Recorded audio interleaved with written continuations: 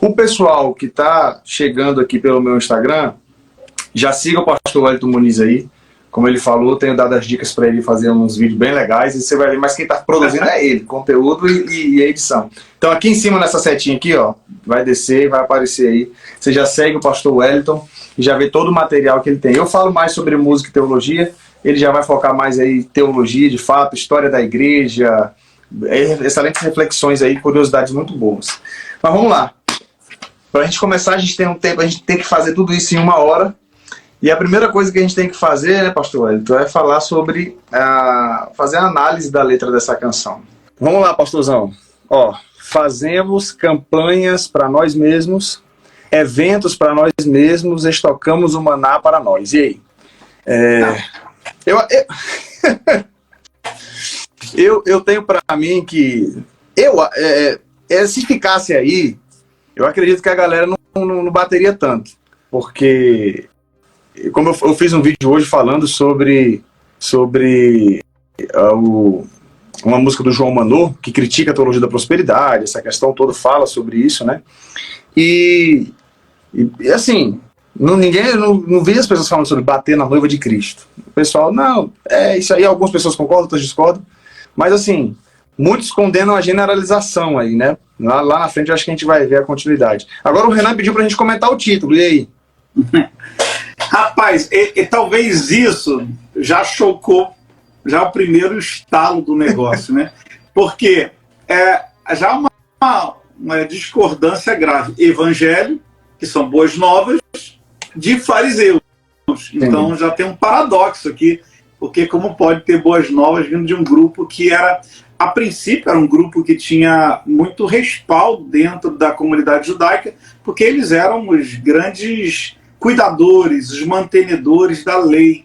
Então, depois fica com uma conotação ruim, mas inicialmente os fariseus eram realmente uma classe muito importante para a história. E aí, de repente, o pessoal se deturpou. Eu acho que isso aí já tem uma grande... algo que a gente precisa pensar, que é uma revelação, talvez, para a gente. Olha só. Os fariseus eram uma coisa boa que se tornaram ruins. O evangelho também, quando nasceu, ele era plenamente bom. E hoje ele também tem muitas críticas a respeito dele. Então, assim, é paradoxal, deveriam ser duas coisas boas, que hoje, para muitos, os fariseus são completamente ruins, e o evangelho, para muitos, está se deturpando. Mas não existe evangelho de fariseus. Se é boas novas, não pode vir de alguma coisa que é ruim ou deturpada. Então talvez o nome... Eu já tenho um ponto aí para falar sobre isso. Manda ver. Paulo mesmo diz lá sobre... acho que é os Gálatas que ele está falando, né? Que vocês abandonaram, passaram de um evangelho para um outro evangelho. Então existe essa conotação, é um termo bíblico, chamar um outro evangelho, um falso evangelho. Então, quando ela fala um evangelho de fariseus, seria o ensino de fariseus, né? Então, eu acho que esse evangelho deveria estar entre aspas, porque é um termo paulino, nesse sentido. Vocês foram para um outro evangelho. Então, existe um outro evangelho, que é considerado anátema, né? Que é considerado um ensino distorcido. Então, se a gente for pensar nesse sentido, eu acredito que é exatamente a ideia seria, né? Um ensino de fariseus, que é travestido de evangelho. Por isso, nesse sentido, eu não condeno o título da música, porque eu acho que é um título que Paulo eventualmente utilizou, né? Paulo, ele vai até dizer que se um de nós, ou mesmo um anjo do céu, pregar um outro evangelho, que seja anátema. Então também ele já dá a conotação de qualquer outra coisa diferente, já é amaldiçoado. Nesse sentido, você está coberto de razão. Paulo utilizou o termo, né? Paulo utilizou o termo boas novas, que em caso aí seria entre aspas, né? O sufixo fariseu para o prefixo evangelho, ele adjetivou o evangelho, né? O evangelho era bom, mas com o sufixo fariseu ele tornou-se deturpado. Mas aí alguém perguntou aqui qual seria o melhor nome, né? Eu vi aqui qual seria o nome melhor para a música. Não, a música é isso aí mesmo. Não tem outro nome melhor. Né? Parece aquelas coisas assim, antigos espíritos do mal transformem essa forma decadente. Aqui está a decadência. aqui está o espírito da decadência, e acho que ela foi feliz na crítica, sem entrar no mérito de quem é a pessoa, de quem escreveu. A gente está falando exatamente só da canção, né? Sem entrar no mérito da pessoa. Mas, siga lá. Muito bom. O pessoal tá dando opinião aí, o Renan, a gente tá lendo aqui tudo, tá, gente? Vão falando aí, porque a gente nem sempre consegue dar destaque a tudo, a gente tem muita coisa para falar em 1 hora, né? Algumas falas a gente vai pegando destaque aqui, se você quiser fazer uma pergunta ou um comentário, deixa aqui na interrogaçãozinha, que é a caixinha, que já tem uma aqui, que na hora da pauta aqui já vou colocar a opinião dela, tá bom? Da pessoa. Mas voltando aqui, pastor Wellington, vamos lá trazer então esse ponto, né?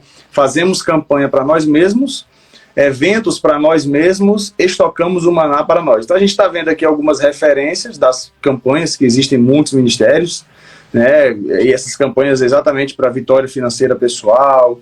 Aí os eventos muitas vezes focam em nós. Eu acho que aqui, o que eu entendo aqui é que ela está condenando exatamente a falta muitas vezes de evangelismo.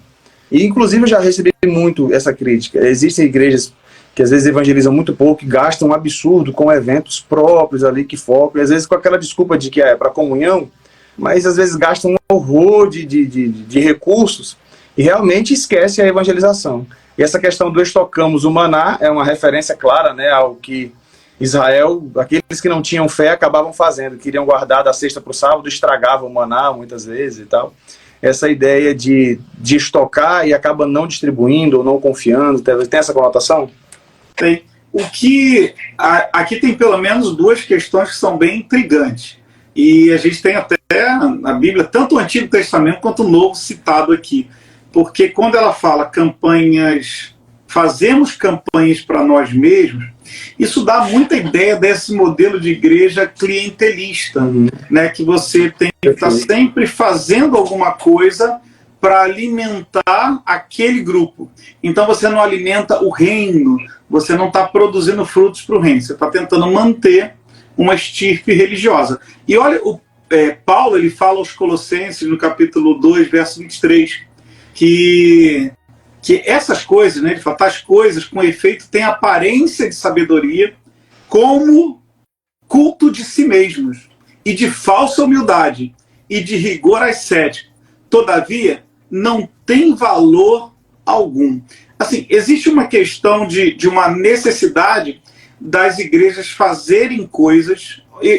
Tem o lado de cuidar das pessoas, de manter as pessoas ali, só que isso denota uma falta de discipulado. Porque quando você discipula o grupo, você forma o grupo para que o grupo dê sequência ao ministério.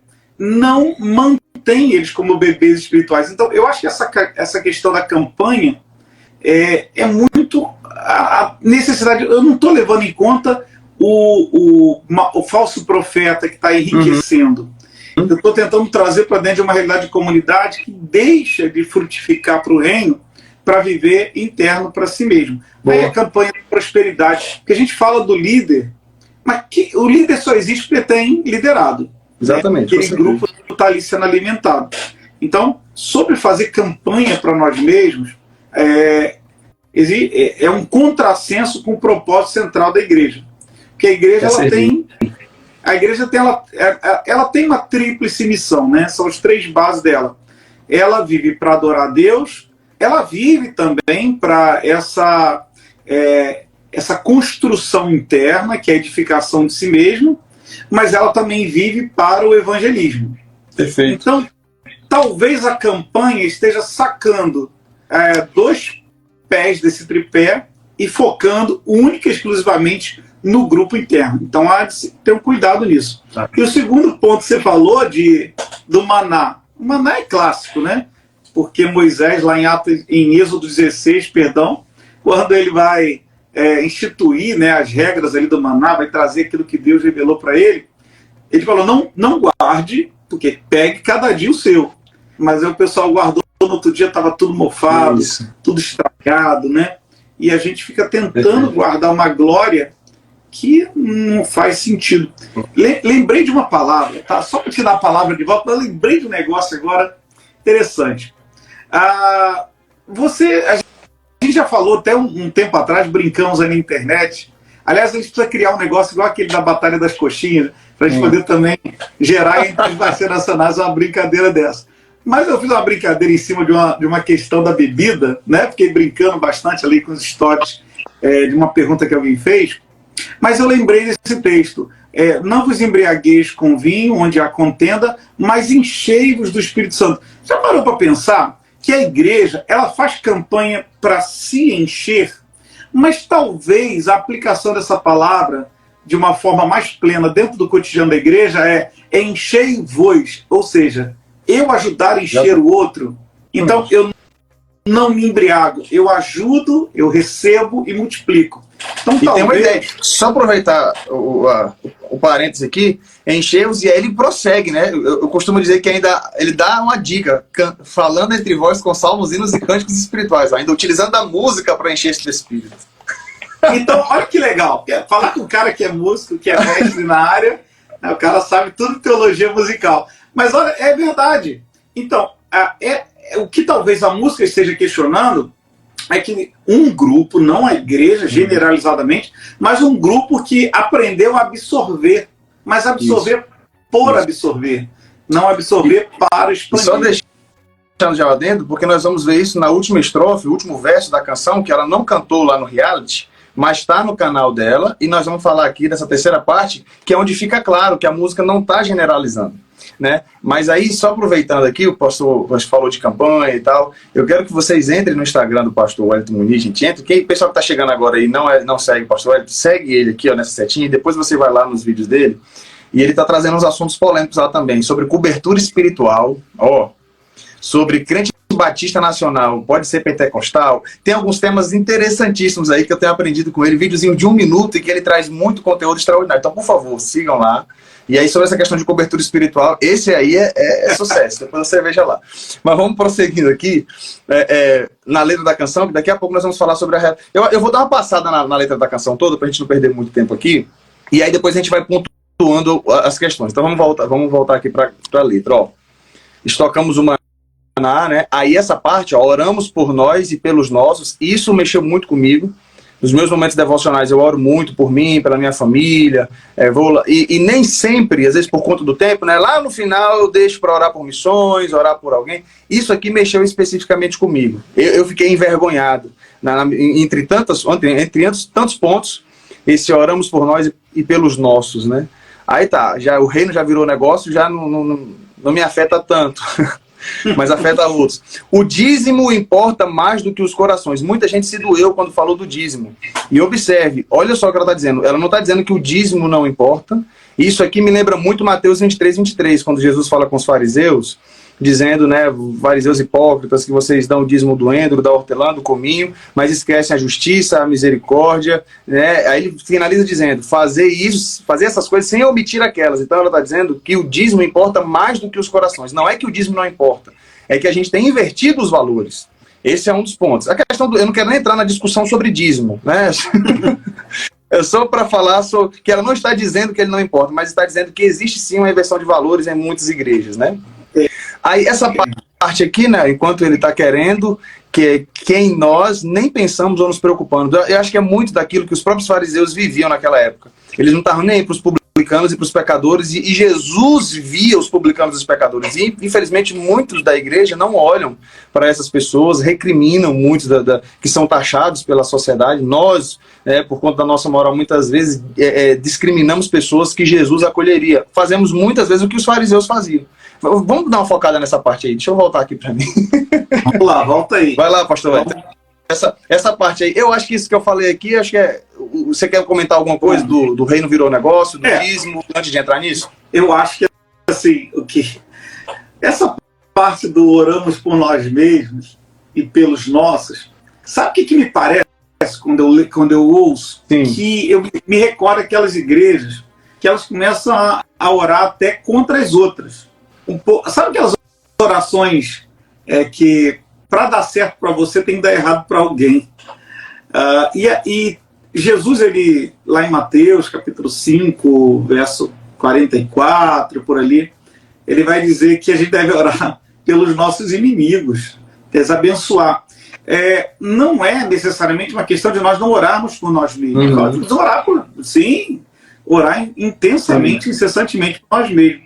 Mas muitas das vezes o foco da oração é a nossa necessidade. E já reparou que a grande maioria das pessoas, não estou dizendo dentro aqui do nosso povo que está com a gente, acompanhando, que são todos santos, ilibados, homens e mulheres de fé. Aliás, você está falando, eu quero fazer a mesma coisa. Tem uma galera aqui que é nosso aluno de Esteban, pessoal que está lá da nossa igreja também já entrou.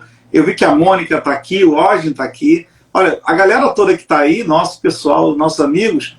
Agora, quem não segue também o Natan, já olha aí lá em cima, segue o Natan. Porque ele é o meu mestre, ele é o meu professor, tá? Mas você que me ajuda pra caramba. Tô te dando as dicas, mas você tá fazendo melhor do que eu, viu? Seus vídeos estão melhor que os meus. Estão bem mais produzidos. É que eu sou mais chato, você é mais legal. Mas olha, Jesus, ele ensina pra gente a orar realmente pra todo mundo. Nesse ponto, a canção tá certa. A gente tem que reparar isso. E a música, talvez, ela entre numa autocrítica também. A gente está falando que a pessoa fala para os outros, mas normalmente o poeta, e até uma questão muito importante, muito comum para o poeta precisa de um pouco de tristeza, ele precisa de um pouco de decepção para poder construir a poesia. Então, muitas vezes quem está escrevendo também não está só falando dos outros. Isso. Orar, né? Orar pelos outros, você tá isso. Ela orar por nós. Ela usa a primeira pessoa do plural. Orando. Em todo o tempo na música, ó, né? Oramos, tocamos, ela se coloca, ela faz parte dessa igreja. Exatamente, porque até a gente viu aí algumas críticas, a gente conversou um pouquinho, gente que danou a criticar a menina, né? E depois que a pessoa foi criticada, ela disse, não julgue. Aliás, eu fiz um vídeo em cima disso, eu coloquei um vídeo que subiu a hora hoje, né? Mas como é que eu não julgo? A Bíblia ensina a julgar, gente. Gente, até uma coisa que a gente precisa aprender aqui. Essa saída de não julgueis para que não sejam julgados é uma crítica ao julgamento ruim. Porque a Bíblia diz para julgar todas as coisas e reter o que é bom. Então, e ele usa, né? Porque com a mesma medida que vocês julgaram, vocês são julgados. Então, estabeleceu a medida, né? Vocês estão Mas quando a gente vai para e a gente vai para Apocalipse, um dos elogios para a igreja de Éfeso é exatamente o fato dela julgar e ver quem eram os falsos mestres, os falsos apóstolos e tudo. A exortação para a igreja de Éfeso foi pelo abandono do primeiro amor, que eu acho que é o que está faltando muito. Aqui talvez a gente... Exatamente. Aí, qual é o problema hoje, talvez, que é muito comum? É que a gente, no receio de não julgar, a gente nem julga o outro, a gente também não faz uma autocrítica, isso. E a gente vai aceitando tudo que acontece de forma completamente liberal. A gente vai recebendo tudo com esse argumento, não julgue para ser julgado. E é uma coisa que muita gente faz, assim, ó, não me julga não, porque a Bíblia diz para não julgar. Não, o cara está todo errado. Quer dizer, não me julgue não, porque a Bíblia não falou, em nenhum momento a Bíblia fala para não julgar. A Bíblia fala para a gente não fazer um julgamento desmerecido, desqualificado. Isso a gente não pode fazer mesmo. Mas, seguindo aí que a gente está saindo da música e falando de um monte de outras coisas. Mas vamos lá, porque essa questão do dízimo aí, você tem alguma coisa a falar? Ou sobre a gente já pode passar, o que eu falei que já está tranquilo? O dízimo, de fato, em muito lugar ele virou negócio, só cabe dizer uma questão, tá? Gente, o dízimo, de fato, no Novo Testamento, ele tem uma conotação diferente do Antigo Testamento. Né? O Antigo Testamento tem toda uma lei ritual, então tem um ritualismo em cima daquilo, mas também tem um sistema de manutenção. O problema é que, quando a gente transfere isso para o Novo Testamento com a mesma conotação, nós nos transformamos em sacerdotes no modelo veterotestamentário. Não é. Então a igreja tem uma outra prerrogativa. E aí Paulo vai trazer a visão do dízimo de uma forma completamente eclesiástica. Ele tira do antigo templo e do novo templo também, e agora ele vai colocar de uma forma comunitária. Tá? Então ele não elimina as doações, ao contrário, ele valoriza aquelas doações que são de coração aberto, não são impositivas, são de coração grato. Tá, agora, pode falar. Só colocar um ponto nisso aí que eu percebo. Quando a gente fala sobre missões, a questão da missão de Israel era centrípeta, né? Aquela ideia de que era mostrar para as nações para olharem para Israel, venham para cá, aqui é o centro, né? Então a missão centrípeta, de lá para cá. No Novo Testamento a missão é centrífuga, é daqui para lá, é até os confins da terra, até os confins do mundo. E aí nesse sentido eu vi uma vez o pastor Damocles Vinícius, ele era daqui de Brasília, hoje está no Maranhão, e ele tinha um pensamento interessante, e eu achei, quando eu vi a primeira vez, eu falei, rapaz, é isso, e eu passei a adotar esse pensamento, que é o quê? Se na antiga aliança, que a missão era centrípeta, era 10%, você imagina agora a igreja com a missão centrífuga.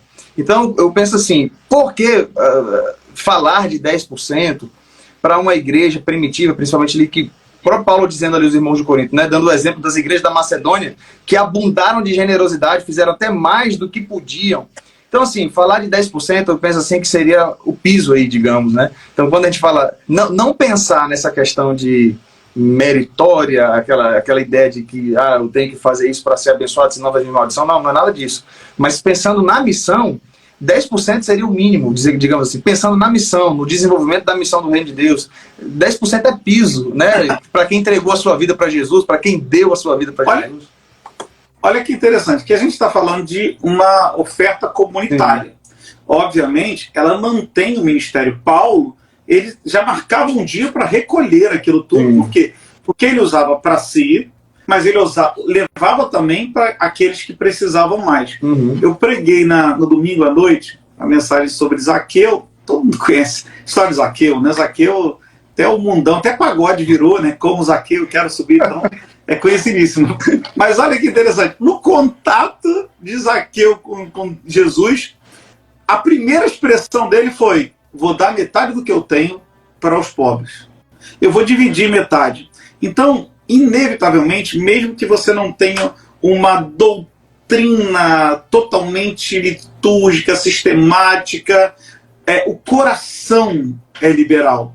Tá? Então, eu acho que muita gente, muitos líderes, aí eu vou virar para os líderes, tá? Tanto para os líderes quanto para os liderados. O líder que usufrui daquilo e gera um jugo muito impositivo, muito pesado sobre a igreja, quanto a igreja que assimila uma troca. Não, eu vou te dar, eu não estou me importando para que vai servir, eu estou me importando que eu vou receber muito mais em troca. E também isso não é coerente. Então, quando ela fala o dízimo importa mais do que os corações, é porque muita gente também está entregando o dízimo, mas não está pensando no reino. Está pensando no que Deus vai lhe trazer de volta. Nesse ponto, a palavra dela arrebenta o coração de qualquer um que está com o coração temente a Deus. Perfeito a sua fala. Bom demais. Então, prosseguindo aqui, que é uma parte que não... Essa parte eu não lembro de ter visto, acho que eu não vi, ela deve ter pulado, porque deve ter um tempo lá no reality, né? Esse tempo aqui, esse verso 2, enquanto ele está querendo, quem nós nem pensamos ou nos preocupamos. Oramos errados há séculos, dias, horas e anos, nos afastamos. Né? Isso aí é um ponto que não está lá no reality, mas assim, ela está falando de um grupo, de fato, como eu falei, né? Que às vezes os fariseus, de fato, não se importavam, muitas vezes com os publicanos e com os pecadores. Eles eram recriminados, inclusive acusavam Jesus por dar atenção a esse grupo, né? E muitas vezes a gente faz isso também, hoje ainda, a gente fecha a porta para os marginalizados, digamos assim, né, quando entram em nossas igrejas. Como é que tem sido a nossa postura diante disso? Precisamos refletir bastante. E aí vem o refrão: há um evangelho de fariseus, cada um escolhe os seus e se inflama na bolha do sistema. O que você pode dizer disso aí, pastor? Esse é o termo-chave, né? Esse aqui, eu até fiz um questionamento numa conversa nossa, né? Qual sistema? Eu estava conversando. Existem sistemas diferentes, a gente fala da bolha, porque o evangelho, e aí eu vou pensar muito nessa questão da politização, porque muita gente fez uma crítica à menina, colocando ela numa ponta esquerdista, ou cada um faz uma leitura, né, sobre aquilo ali. Eu acho que a gente deveria tirar uma placa e colocar todas as placas. Por quê? Porque na medida que você tem um viés ideológico, qualquer que seja, pode ser um viés de natureza política, pode ser um viés de natureza financeira, né, pode ser um viés de natureza teológica.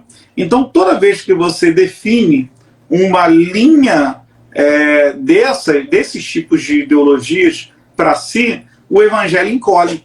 A gente encolhe ele, a gente reduz esse evangelho.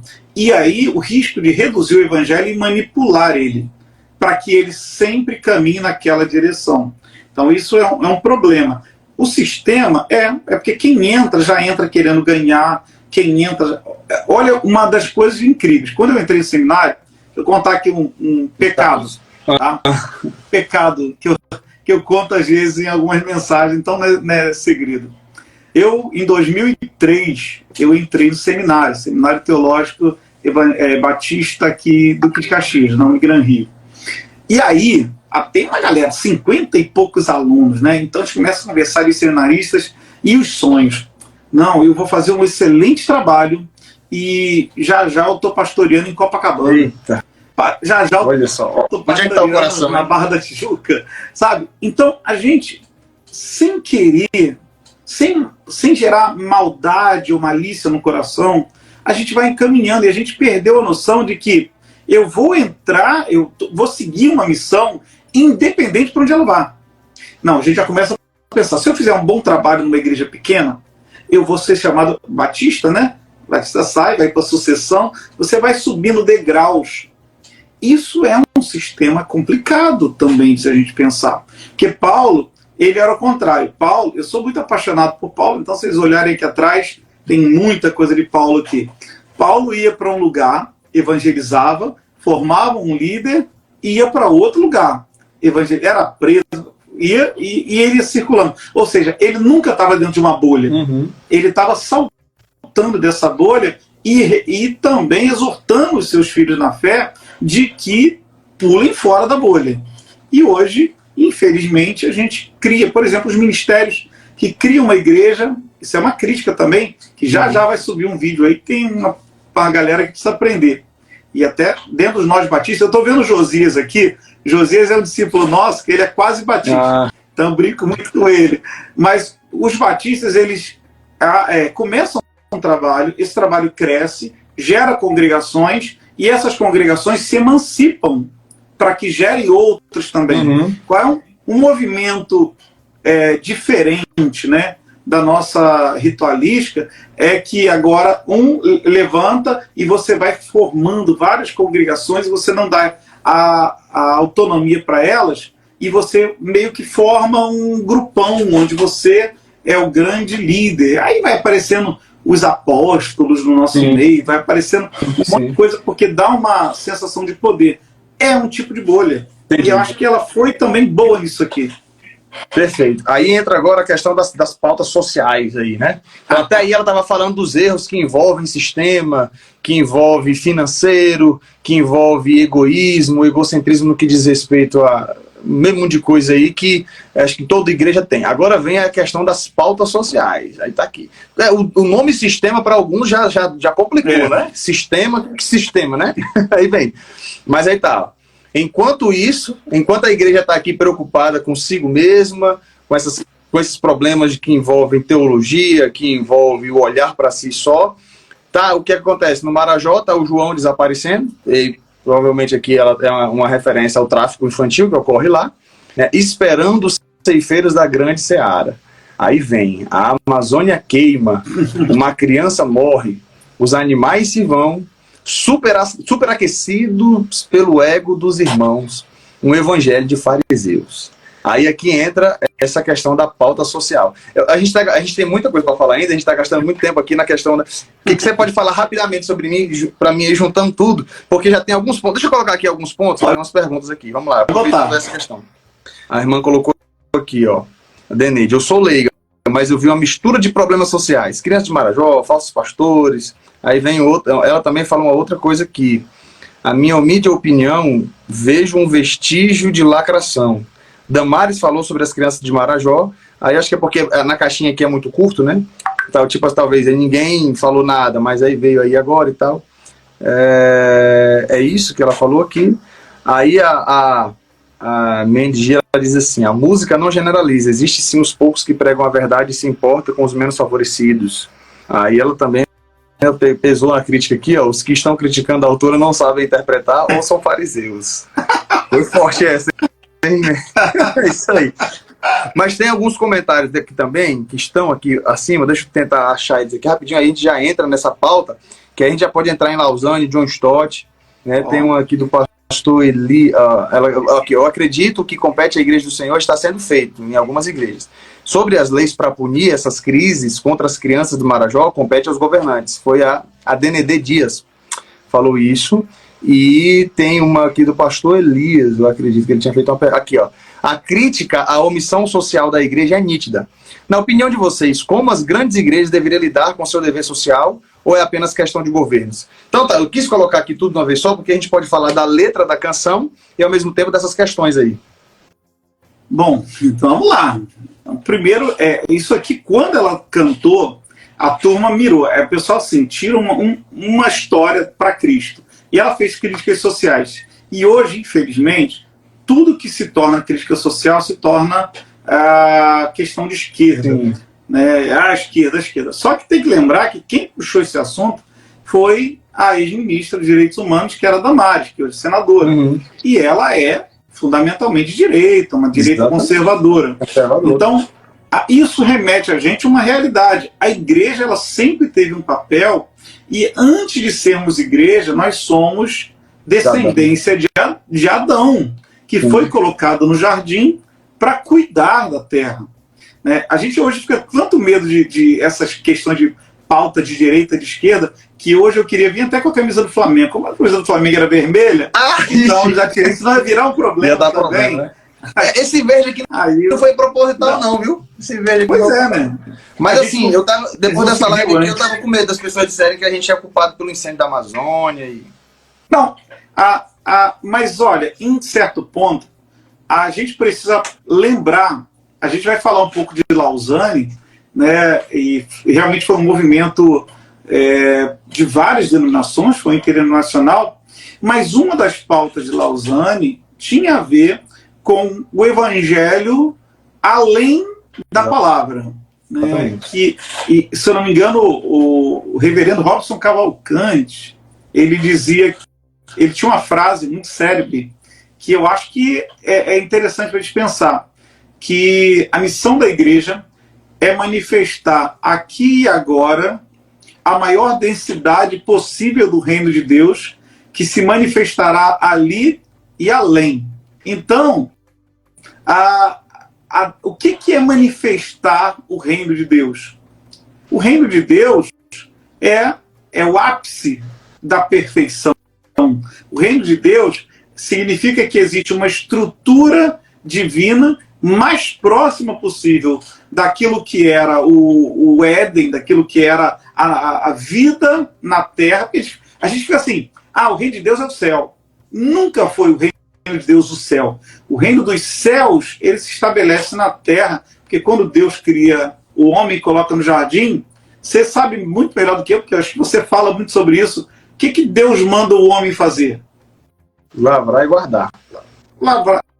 Então, o nosso papel e hoje tem muitos grupos dentro do meio cristão que estão desenvolvendo teologias ecológicas, teologias naturais. Muito bom. O pensamento de que o evangelho, isso é um sentimento de Lausanne, né, de Stott,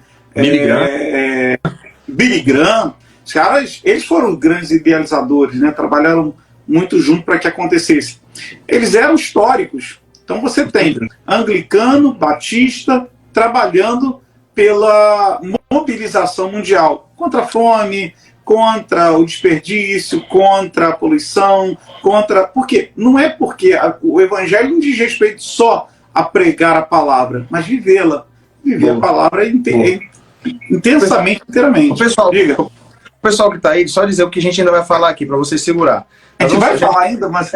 Vamos, a gente está falando sobre a letra da canção, vamos finalizar aqui, eu quero que a gente entre na terceira parte ali. A gente já aproveitou aqui para falar de Lausanne, o tempo é curto, mas só mostrar aqui para vocês, ó, o que eu tenho aqui, o legado de John Stott, daqui é da Ultimato, e tem aqui um artigo onde ele vai falar sobre cada um dos pontos do Pacto de Lausanne. Aqui, ó, Deixa eu só aumentar aqui. A responsabilidade social cristã. Ó, isso é o Pacto de Lausanne, e ali tem uma afirmação de John Stott, porque isso aqui foi feito em conjunto, esse texto. Mas tem nesse outro site aqui, ó, da Ultimato, depois você pode procurar na Ultimato o legado de John Stott, e aí tem lá um linkzinho onde vai para os comentários dele sobre cada item do Pacto de Lausanne. Tá aqui, ó. Só quero ler isso aqui do Pacto de Lausanne, esse Pacto de Lausanne aqui, onde estava John Stott, e muito respeitadíssimo na área teológica aí, e Billy Graham. Ó, afirmamos que Deus é o Criador e juiz de todos os homens. Portanto, devemos partilhar o seu interesse pela justiça e pela conciliação em toda a sociedade humana e pela libertação dos homens de todo tipo de opressão. Olha só, gente, esse é o Pacto de Lausanne, que incluía aí Billy Graham e John Stott. Se falar o termo de tipo de opressão hoje, muita gente já se dói, é coisa de esquerda. Né? Pelo amor de Deus. Porque a humanidade foi feita à imagem de Deus. Toda pessoa, sem distinção de raça, religião, cor, cultura, classe social, sexo ou idade, possui uma dignidade intrínseca em razão da qual deve ser respeitada e servida e não explorada. Aqui também nos arrependemos de nossa negligência e de termos algumas vezes considerado a evangelização e a atividade social mutuamente exclusivas. Muita gente ainda faz isso hoje. Embora a reconciliação com o homem não seja a reconciliação com Deus, nem a ação social, evangelização, nem a libertação política, salvação, afirmamos que a evangelização e o envolvimento sociopolítico são ambos parte do nosso dever cristão, pois ambos são necessárias expressões de nossas doutrinas acerca de Deus e do homem, de nosso amor por nosso próximo e da nossa obediência a Jesus Cristo. A mensagem de salvação implica também uma mensagem de juízo sobre toda forma de alienação, de opressão e de discriminação. E não devemos ter medo de denunciar o mal e a injustiça. Foi o que a Aimee fez aqui, ó. E onde quer que existam, quando as pessoas recebem Cristo, nascem de novo em seu reino e devem procurar não só evidenciar, mas também divulgar a retidão do reino em meio a um mundo injusto. Aí está aqui, ó, a salvação que alegamos possuir deve estar nos transformando na totalidade de nossas responsabilidades pessoais e sociais. A fé sem obras é morta. Eu não vou gastar mais tempo aqui, mas depois tem um comentário do John Stott sobre essa pauta. Né? E é o comentário a favor. Ele está dizendo que esse texto aqui ainda foi um texto de conciliação, porque tinha gente muito mais radical. Tinha gente que dizia que considerava demoníaco o fato de a gente priorizar a evangelização ao invés da ação social. Aí o John Stott diz isso lá no texto. Esse texto aqui, então, é uma conciliação de dizer que nós negligenciamos, né, pedir perdão, entender que a gente negligenciou muitas vezes a ação social e considerando apenas a evangelização, então pede perdão e usa o termo negligência. Aí ele diz isso. Tinha gente no nosso meio, porque esse texto aqui foi um consenso, que dizia que era para considerar demoníaco esse esquecimento da área social, digamos assim. Mas só para finalizar aqui dizendo para o pessoal, que a gente ainda vai falar sobre isso, vamos falar sobre outras canções que apresentam erros da igreja, mas que não foram recriminados como músicas que batem na noiva de Cristo. Vamos citar algumas aqui. E vamos falar sobre o lugar dessa música no culto, né? Porque tem algumas pessoas que estavam me perguntando. Natan fala tanto sobre música cristocêntrica, fala tanto sobre música congregacional, e aí, essa música pode ser cantada no louvor? A gente vai responder no final. Segura aí. Vai esquentar mais pro final. A nossa meta é até 10h30, então falta 20 minutos aqui ainda. Então segura aí com a gente. Ó, tem gente que tá perdendo o jogo do Flamengo para estar aqui. O Mike Lindo falou: tô aqui porque o tema é bom, apesar de estar tendo o jogo do Flamengo, mas também porque minha esposa falou para eu ficar aqui vendo o tema. Mas, ó, o que você falou, cara, eu também tô largando o jogo do Flamengo. Aí. Eu queria com a camisa do Flamengo. Mas olha aí, tá vendo? Deus é bom. O tempo todo, Deus é bom. Deus é bom. Você falou da questão de Lausanne, citou um texto lindo. E o que Stott, ele frisou muito? Ele tinha uma visão de que a igreja precisava recuperar uma perda temporária da sua consciência social. Uhum. Ao longo da história da igreja, a igreja trabalhou, por muito tempo ela trabalhou com ciências sociais, mas quando da reforma em diante, a reforma bateu tanto na questão soteriológica, que era o problema pertinente da época, que houve uma baixa muito grande. Depois a igreja vai viver a questão escatológica. Então, quando vem o século XVIII, com século XIX, né, o final do XVIII para o século XIX, com as visões mais dispensacionalistas, a gente começou a olhar para um fim iminente. Então, quando a gente olha um fim iminente, a gente não prepara mais para nada. A gente não... E foi coisa que Paulo e os apóstolos questionaram da igreja. Gente, vocês precisam trabalhar para comer. Por quê? Porque está todo mundo esperando o final iminente, então ninguém está fazendo nada. Então, toda vez que a gente vem com uma ideia de final iminente, a gente para de cuidar do mundo, para de cuidar do Éden. Então, é isso que Stott estava tentando trabalhar lá na sua teologia dentro de Lausanne. Estou vendo aí os comentários. Não, a galera tá aqui, ó, o pastor Fabiano, o Josias, ó, sou flamenguista, mas aqui tá melhor, o Josias colocou. Pastor Fabiano, eu tenho um convite a lhe fazer. A gente tem alguns minutos aqui ainda de live, tem mais 3 tópicozinhos. Coloque uma camisa aí, entra aí para participar com a gente. Quando você vestir a camisa, aí você fala, pode me chamar, tá bom? Vê aí o que você disse. Se você quiser, seria bacana ter a sua participação aqui. O pastor Fabiano, pessoal, secretário executivo da Ormiban aí. E é sempre bom ter. A gente vai rir, se a gente está rindo aqui, quando ele entrar, a gente vai rir ainda mais. É gente boa demais. Veja aí, pastor, me responda aí, se você puder entrar. Mas aí, o que eu gostaria de falar, então, a terceira parte da estrofe lá da canção, estava parecendo meio mundo de propaganda aqui, ó. Entrou um vascaíno, Daniel Jonathan, é pastor aqui no Rio. Olha lá, mandou saudações Cruz Maltina, mas Deus vai perdoar ele. Responde o Renan aí. Discordo que a reforma é negligência social. Não é uma negligência, é o foco. Por exemplo, a reforma, ela não trabalhou missiologia a princípio. Mas por que ela não trabalhou missiologia? Porque não era o tema em voga. Né? Você tinha, por exemplo, a estrutura monárquica da igreja. A igreja estava debaixo de uma égide de governo temporal. Então, quando Martim Lutero vai para a Alemanha, né, rompe com a igreja alemã se torna uma igreja luterana, a igreja inglesa se forma a igreja anglicana, elas ainda estão debaixo de um governo. Então, há uma confusão muito grande entre o que é a estrutura eclesiástica e a estrutura social monárquica. Tá? Então, está muito embolado. Isso aí só vai começar a ser discutido depois que a gente vai quebrando essas resistências do governo monárquico. A questão de Calvino lá em Genebra tem uma tensão social aí, como é que é? Que envolve, porque a reforma trouxe a questão da vocação, alguns vão dizer que o capitalismo, né, na realidade surge aí esse espírito capitalista e tal, mas isso de alguma forma seria um viés social ou não? O que Calvino fez em Genebra, por aí? O calvinismo gerou, assim, tem o seu ponto muito positivo em algumas questões, porque o calvinismo ele explica que existe o rico e existe o pobre, para o rico glorificar a Deus cuidando do mais pobre, e o pobre glorifica o Senhor utilizando também, sendo abençoado pelo mais rico. Então, entendi. Em todas as denominações, em todas as vertentes soteriológicas, como a questão do calvinismo, arminianismo, existe o cuidado, não deixou de existir o cuidado, mas a ênfase não era entendi. essa. Tá? Aí ele falou, entendi, estou. A ênfase vai se construindo depois. Tá? Agora, um cuidado, uma questão muito interessante, né? Olha que interessante. O Brasil, ele é colonizado por portugueses. Os únicos dois países que ficaram predominantemente católicos, não se envolveram com a reforma, foi Espanha e Portugal. Então Portugal vem cá e coloniza o Brasil.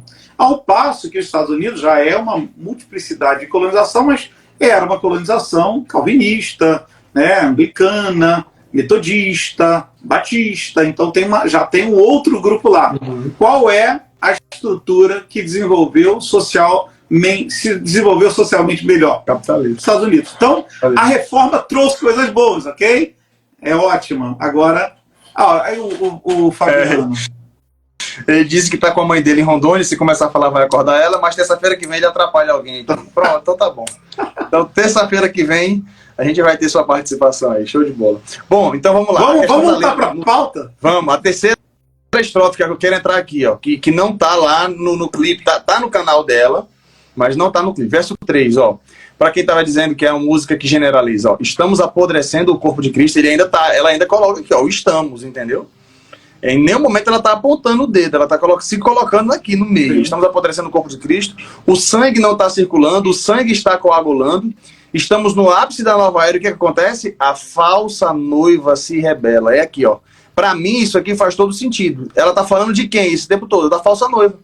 E essa falsa noiva se rebela contra o noivo que espera ver um caráter cristão. Pronto. A música não generaliza. Se a gente tem isso como resposta, né? A gente não pega nada isolado. Todo texto tem um contexto. Então, o contexto dessa música, no final, está deixando claro, ela está falando de uma falsa noiva. Não é a noiva de Cristo que está assim. Não é toda a igreja que está assim. Ela se coloca no estamos, e é claro que ela não se julga parte disso, mas ela ainda assim, para não ficar apontando o dedo, ela usa a primeira pessoa do plural o tempo todo, mas no final ela deixa claro de quem que ela está falando. Da falsa noiva. A falsa noiva se rebela contra o noivo que espera ver um caráter cristão. Tá aí. A música está apontando para que a gente se arrependa, aqueles que de alguma forma entendem que estão errados em algum desses pontos aí, como eu mesmo fui fazer oração para me consertar depois dessa canção, que me chamou a atenção por uma forma que Deus falou comigo, entendo assim, e falou com muitos outros. E para mim é isso aí. Vai lá, pastorzão. Então, você está coberto de razão. A gente está fazendo uma hermenêutica, uma exegese de uma música. E aí a gente aprende que texto sem contexto é um pretexto para a gente criar uma heresia. Então, não vamos criar uma heresia dentro da música, e se tem alguma aqui a gente está estudando, mas ela está dentro de um contexto. E é uma crítica não a todas as igrejas. Agora, quando ela se coloca na terceira pessoa na primeira pessoa do plural ali, nós, sempre nós, ela está fazendo uma meia-culpa que mesmo a própria igreja, nós sempre temos um pontinho, né? O pastor Natan colocou ali a questão de eu me encontrei num pedaço. Eu já me encontrei em vários. Tá? Você pegou eu me encontrei em vários também. É porque se você confessar mais pecado aí, eu confesso também, porque a gente tem medo de confessar tudo, entendeu? Algumas coisas guarda só para Deus, tá, né? certo. Às vezes vai falar. Mas de verdade, ela está questionando, não é o apodrecimento da igreja, que a gente chama de a igreja universal, a igreja invisível, a igreja de todas as eras, de todos os povos, a igreja que já está com Cristo espiritualmente, né? E se você tem uma visão não dispensacionalista, a igreja já está reinando com Cristo, ok? Essa parte aí, não vamos entrar no mérito, mas existe uma igreja espiritual e essa igreja, ela não se contamina. Agora, nós temos uma igreja local, nós temos uma igreja que se reúne. E essa igreja, nenhuma igreja só tem trigo. Tem igreja, as igrejas têm trigo e tem joio, e a Bíblia conta bem isso, como crescem juntos. E existe um poder ainda dentro desse círculo religioso de deturpação, de enfraquecimento. E onde é que a igreja se enfraquece? Quando ela perde o alvo. Quando ela começa a se tratar os membros como clientes, e ela começa a se importar demais com a questão financeira, e ela perde. E é o que acontece aí. A gente está perto de um momento, né, segundo ela, que ela chama da nova era, isso aí é no século passado, eu sou do século passado. No século passado, a gente falava muito sobre essas terminologias. E a gente sempre estudou... Pode falar. Talvez isso mostre que ela não seja talvez tão de esquerda assim, não. Eu vejo muita bandeira do Brasil, ela abraçada com a bandeira do Brasil. Esse vídeo eu vi na primeira vez, foi a própria Damares que postou, foi no perfil da Damares que eu vi. E aí ela usando esse termo nova era, parece... porque muita gente está dizendo que ela está sendo influenciada, ela tem um viés de esquerda e tal. E assim, sinceramente, eu tenho minhas ressalvas aí.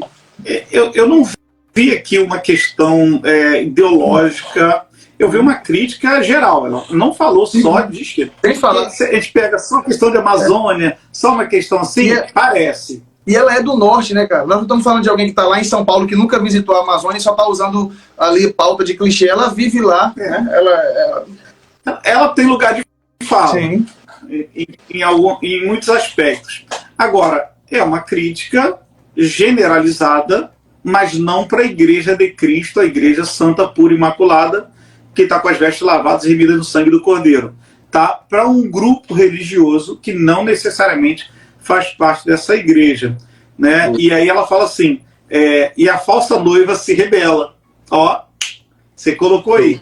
existe um movimento deturpador da igreja, e isso aí cada vez... E a gente tem, sem citar nomes, cada um aqui pode pensar aí em algumas estruturas que não são tão comparáveis à igreja neotestamentária. Ela fala assim, e a falsa noiva se rebela. E ela se rebela contra o noivo. Exatamente. Espera ver um cara. Então ela não está se rebelando necessariamente contra os próprios irmãos. Essa atitude dela é de rebeldia contra o noivo. E aí o problema desse povo é com o noivo, não é com a gente. É Cristo que vai fazer uma cobrança estratégica em tempo determinado sobre esse tipo de grupo. Tem uma pergunta aí, cara. Tem uma pergunta aqui. E eu acho que é isso que eu gostaria de falar. Ó. O Jefferson colocou aqui. O pastor da Videira disse que ela errou porque os problemas da igreja precisam ser tratados dentro da igreja, pois isso traz descrédito para a igreja. Então, aí tem a DND Dias colocou aqui, ela já tem participado aqui ativamente conosco desde o começo. Muito obrigado mesmo pela sua participação conosco, viu? Ela colocou aqui, a igreja como organismo tem falhas, isso é fato. Agora, atingir a igreja, achei discurso direcionado. Deixa eu dar minha opinião aqui, e aí você complementa com a sua. Pode ir. Eu costumo... Inclusive, eu coloquei um vídeo hoje cedo aqui, falando sobre a canção lá do João Manô. O nome da música é Tese 95, né? Ele faz uma associação aí do que acontece hoje com o que acontecia na Igreja Católica lá no século XVI. A minha pergunta é, a reforma protestante, quando você vai estudar ela fora do nosso círculo religioso, vão dizer que foi uma reforma política, que essa questão da reforma teológica é só fachada. Que na realidade o que acontecia era que o pessoal não queria mais da Igreja Católica mandando, os políticos, os reis já não estavam gostando daquela situação toda. E aí minha pergunta é, Lutero então foi só massa de manobra? Essa é a minha pergunta, porque Lutero criticou duramente os erros da igreja. Aí Lutero poderia pensar, não vou falar isso, porque se eu falar isso, os políticos vão querer se valer da minha fala para agora descredibilizar a igreja do Senhor Jesus e tal. E não foi o que aconteceu, e não é o que a gente vê, não é o que a gente defende. A gente celebra a reforma protestante, louva a Deus pela coragem de Lutero, dos pré-reformadores, dos outros reformadores, porque a igreja estava precisando de correção. Aí eu lhe digo, se a gente for pensar dessa forma, porque o que essa menina falou em público está dando munição para quem não é da igreja bater na igreja, então a gente tem que criticar Lutero e todos os reformadores pelos que fizeram também, e talvez hoje a gente ainda estivesse pagando indulgência. Essa é a minha opinião. Diga a sua, pastor Wellington. Então, o que essa menina fez, ela não fez, ao meu ver, nada errado no sentido do meio que ela estava. Ela estava dentro de um concurso cristão. Né? Sim. Era um concurso cristão, exatamente. Cristão. As músicas ali são gospels.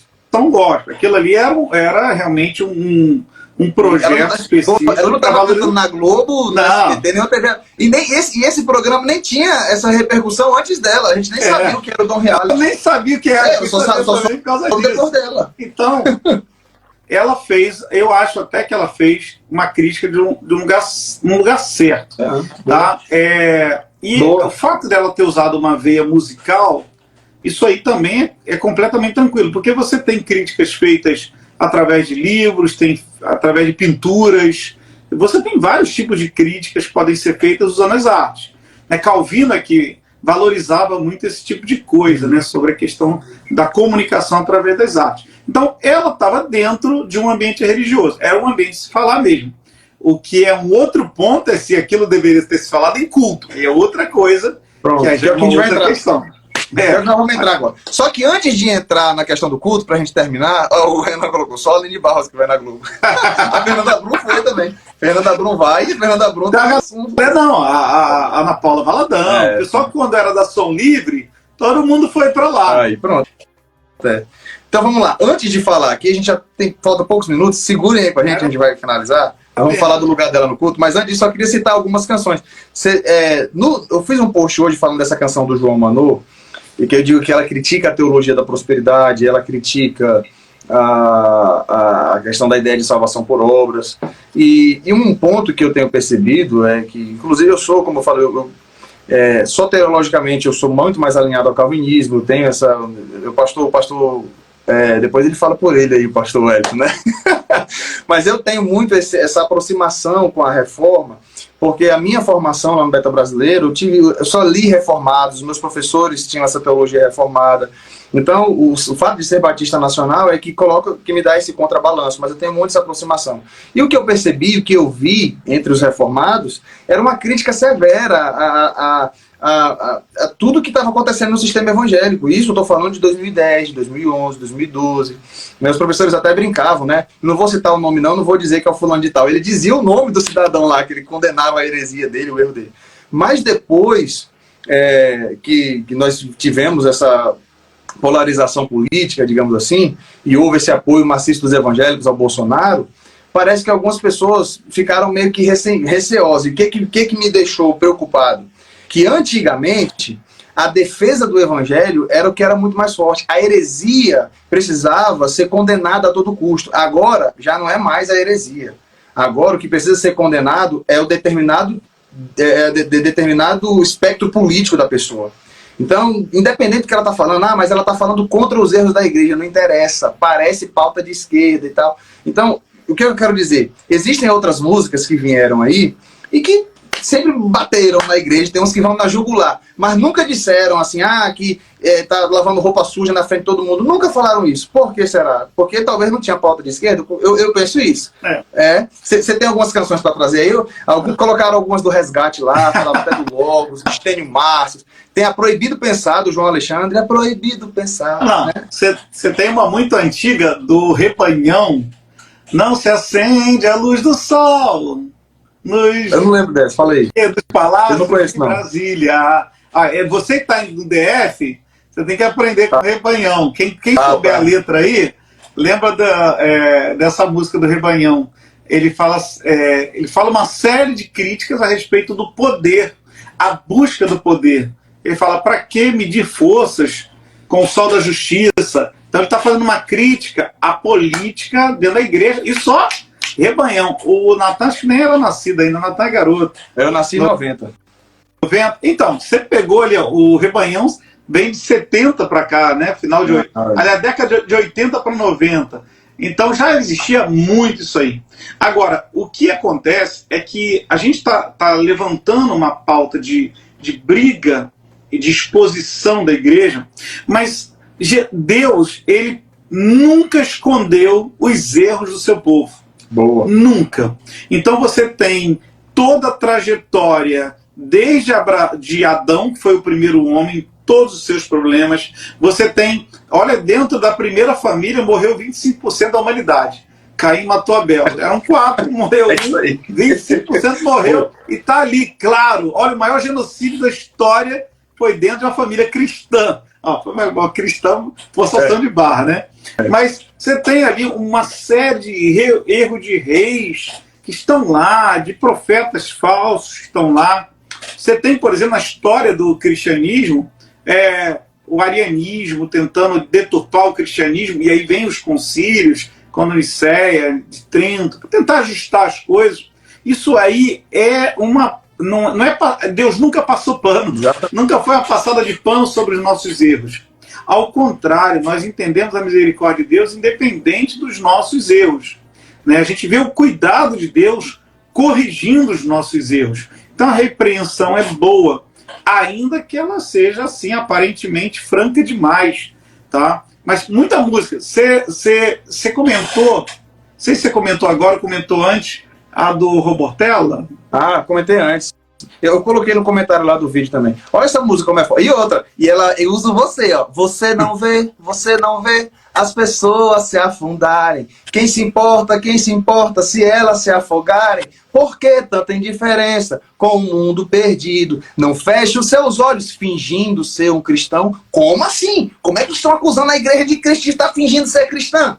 Percebe? Essa música, o pessoal colocava teatro, colocava em culto de missões, chorando, quebrantado. Por que ela não fala da Amazônia? Aí o povo chora, mas se meter a Amazônia, que não entende o quê? Essa aí não pegava tão mal, porque foi a época do louvor profético. Sim. E aí houve assim, um grande mover. Então, o pessoal estava mais preocupado com a heresia do louvor profético do que com uma possível ideologia. Né? A questão política não era o problema nosso naquela época. Tinha aquele negócio todo lá. Então, aquilo chamou a atenção, desviou o foco. Mas ninguém fez crítica, ninguém reclamou da letra. Muitas vezes reclamava da exposição durante o culto. Sim, né? da maneira, das manifestações. Eu não vejo uma briga ideológica. Aliás, a gente está falando de ideologia, a missão integral mesmo que ele citou aí, que nasceu de Lausanne, ela é muito pancada em cima. Porque é de esquerda, Eu acho que quem é de esquerda está errado, se envolveu política dentro da igreja. Mas quem é de direita também está errado em envolver política dentro da igreja. Exatamente. O reino está para além disso, né? O reino está para além disso. O reino está, assim, incomparavelmente acima disso tudo. E é isso que deve moldar o nosso pensamento. Exatamente. Agora, música, eu não sou muito mais da área musical. Eu tentei ser músico, né? Mas o Natan pegou meu dom, meu talento todo.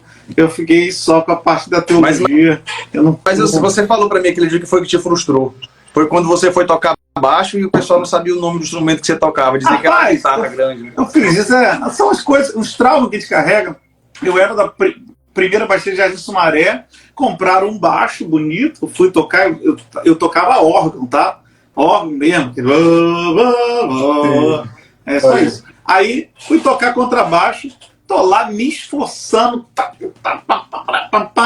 e de repente no final do culto, irmão, meu irmão, eu vi que a sua guitarra tava com defeito, né? Não ouvi nada. A minha guitarra tava com defeito.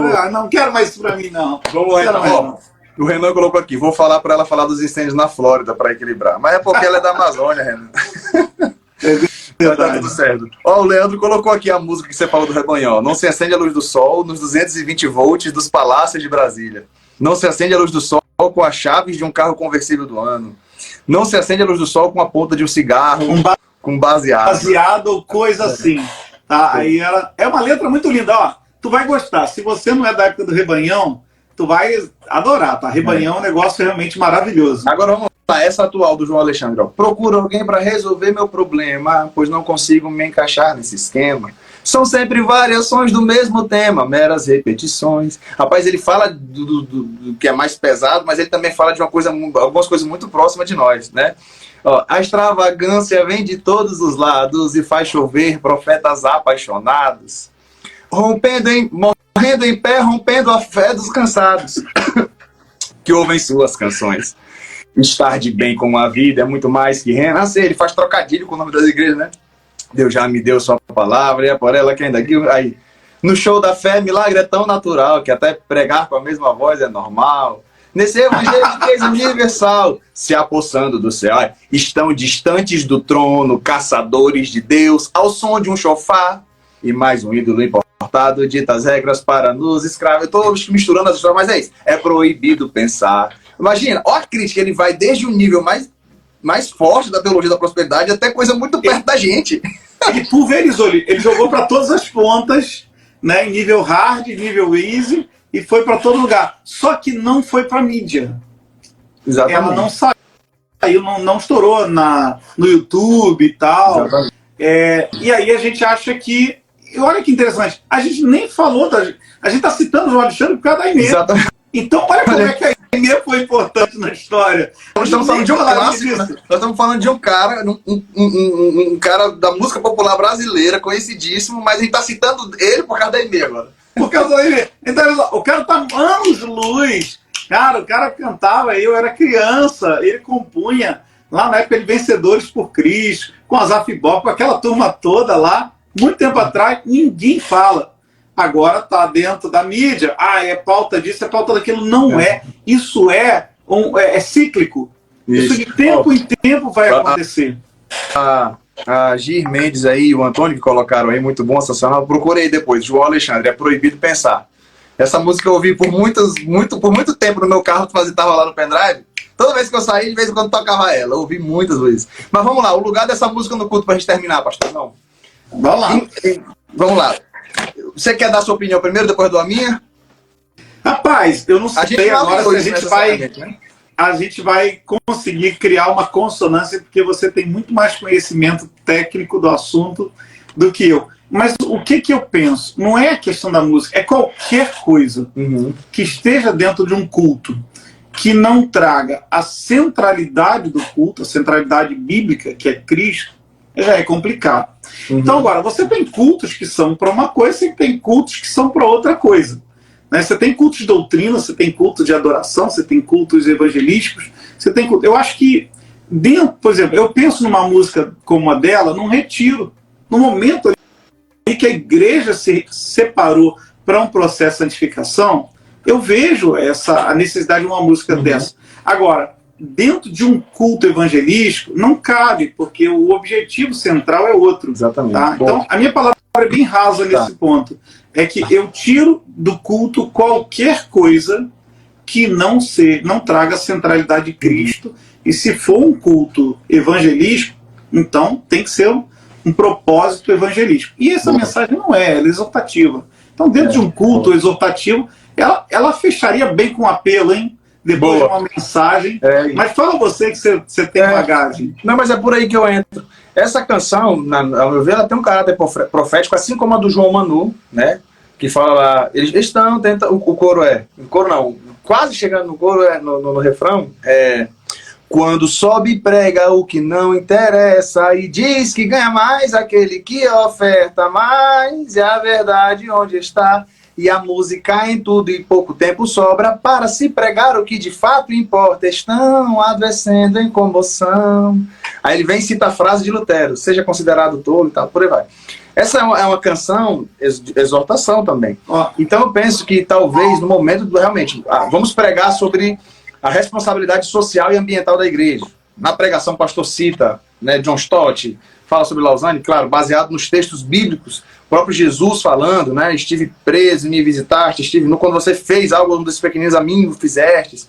Tantos outros textos, tanto do Antigo Testamento quanto do Novo, falando também sobre a beleza da criação, e tudo a gente poderia falar sobre o cuidado da criação. Pronto, falou sobre isso, sobre a responsabilidade social, ambiental da igreja, como eu fiz isso, só para contar o testemunho pessoal, muito antes de Bolsonaro se candidatar à política, ou muito antes de acontecer o que a gente vê hoje, lá no seminário, em 2009, eu aprendi sobre o mandato cultural, sobre o cuidado com a natureza. Gênesis 2,15, que Deus colocou Adão no jardim para o lavrar e o guardar, sobre o cuidado com a natureza. Aí eu fui para o Pará e a igreja tinha um evento lá chamado Noite Paraense, onde o pessoal vendia comidas típicas, angariava fundo lá para a igreja, para a construção. E aí eu trouxe temas. Falei, não, vamos fazer uma coisa temática aqui, enquanto o pessoal está comendo comida típica, a gente está fazendo... E um dos temas foi Pará, nossa terra, nossa responsabilidade.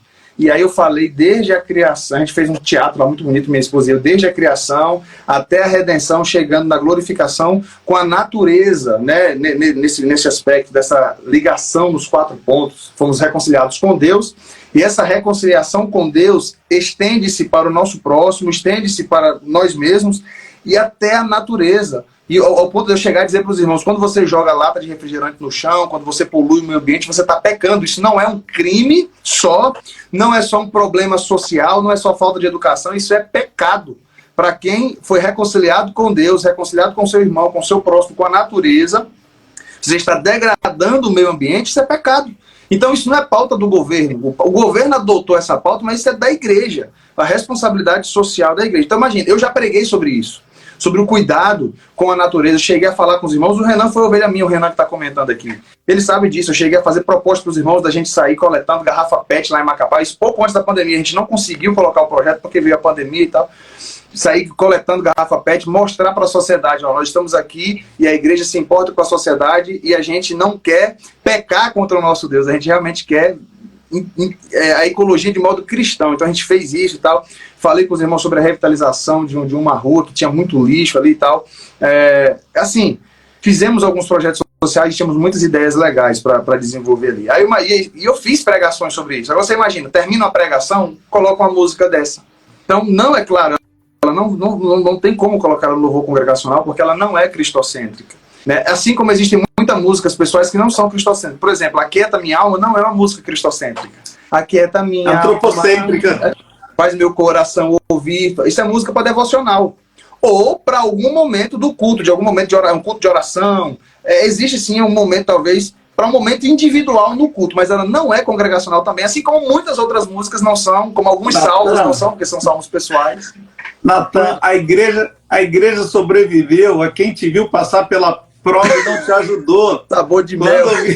Sabe, a igreja sobreviveu a isso. A gente vai sobreviver a outras coisas. Mas olha que interessante.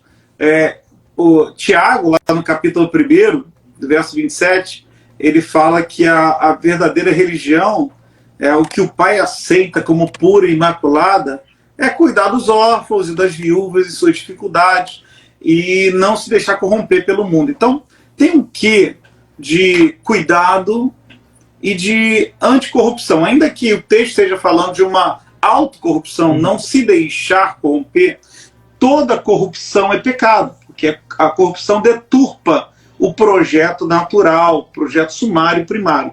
Então, olha que interessante. Pessoal, outra música que talvez não servisse, eu não sei quem conhece aí, eu não sei se você conhece também o Rubão Lima. Eu sei quem é o Rubão.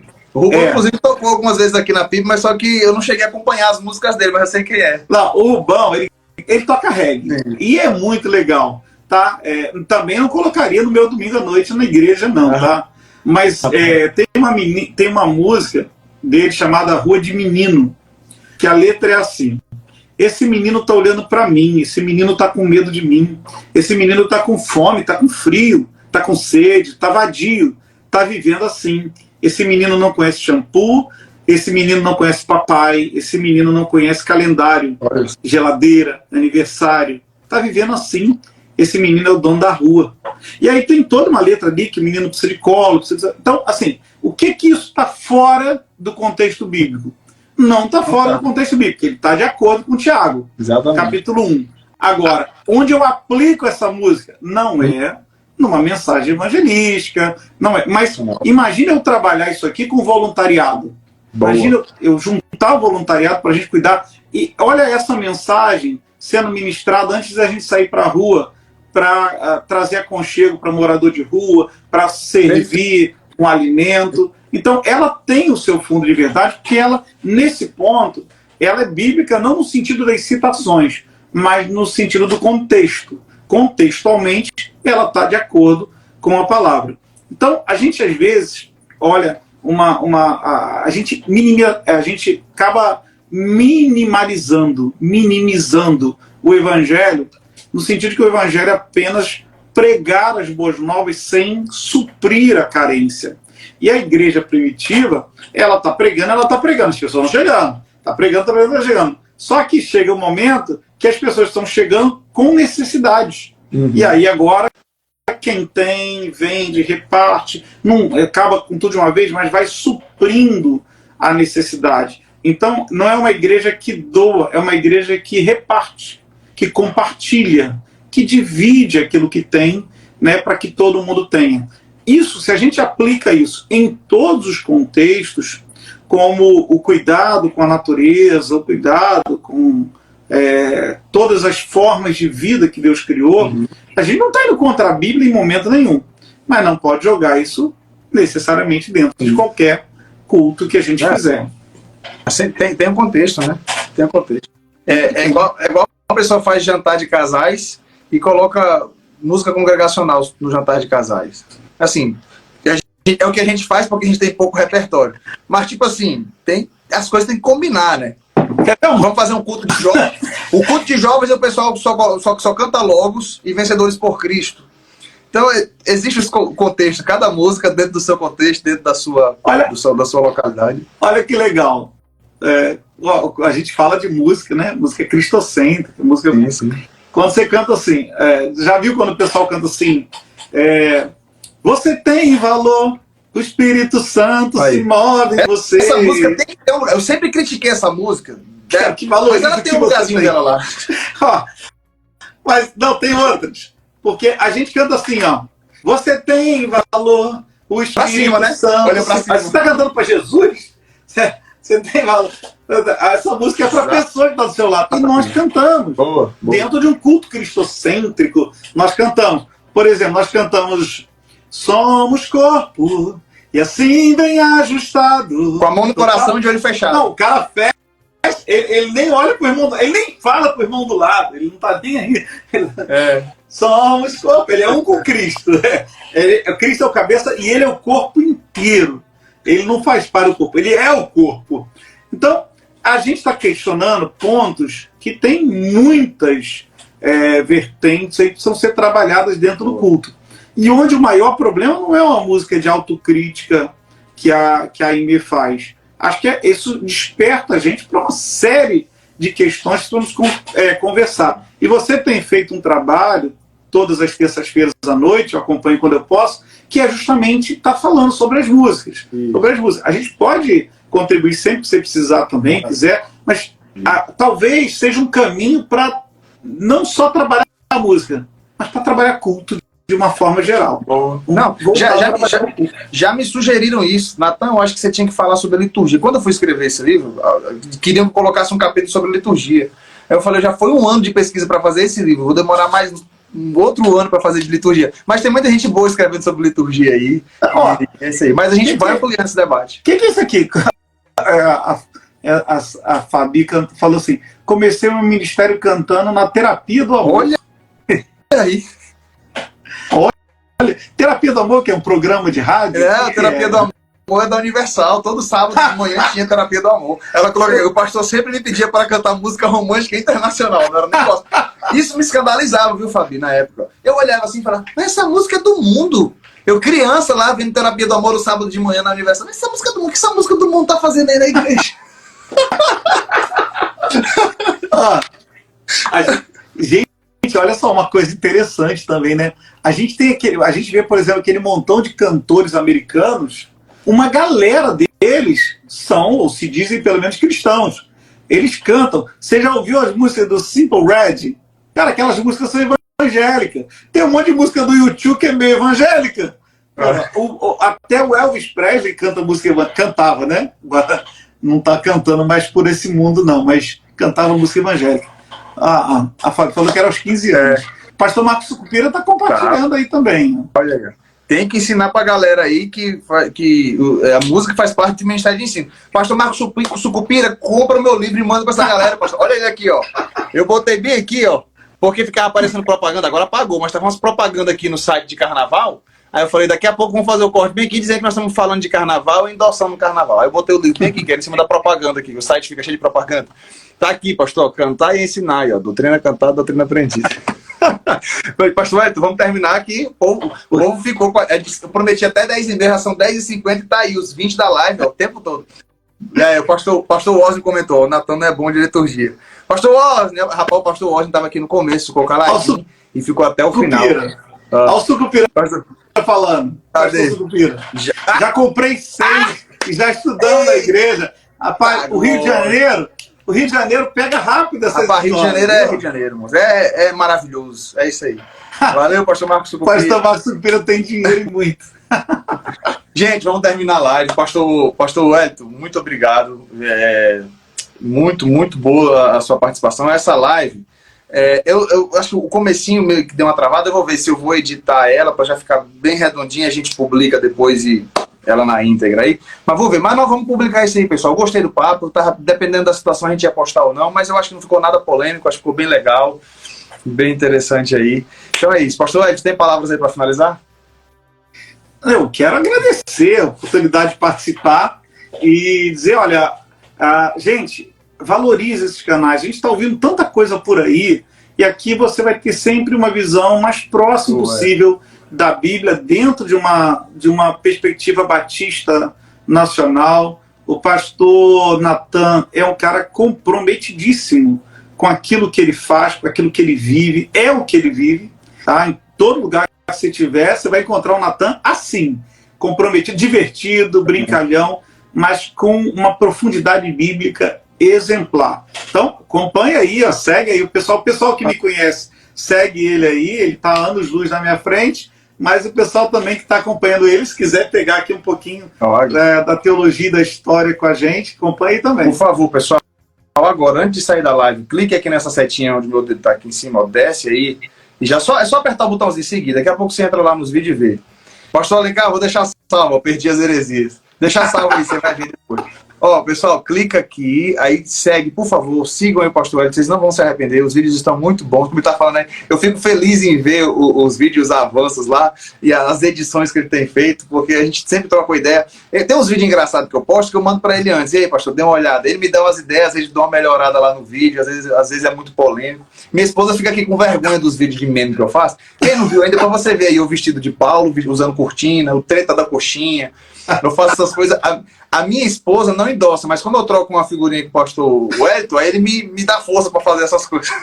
Mas, ó, você tem mais coragem do que eu. Que minha esposa falou que se eu fizer isso, ela deixa de me seguir. Aí o pastor Neto, minha esposa, tá dizendo que tá com vergonha alheia.